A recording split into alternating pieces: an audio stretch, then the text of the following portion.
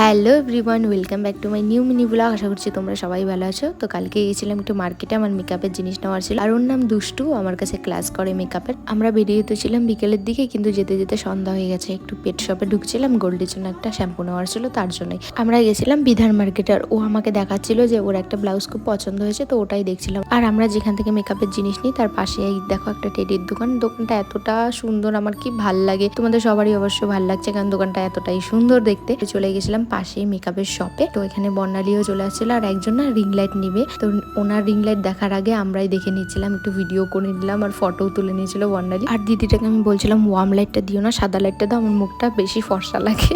তো তারপরে আমরা চলে আসছিলাম বিধান মার্কেটে একটা ক্যাফেতে। এটা আমরা নিয়েছিলাম পনির মোমো আর রেড সস পাস্তাটা অতটাও ভালো ছিল না, মোমোটা ঠিকঠাক ছিল, কিন্তু আমার মনে হয়েছে প্রাইসটা একটু বেশি। যাই হোক, খাওয়া দাওয়া করে বাড়ি চলে আসছিলাম, তাই কিছু শেয়ার করতে পারিনি। আর আমি এই কটা মেকআপের জিনিস নিয়েছিলাম। ভিডিওটা ভালো লাগলে লাইক করে দিও। দেখা হচ্ছে কাল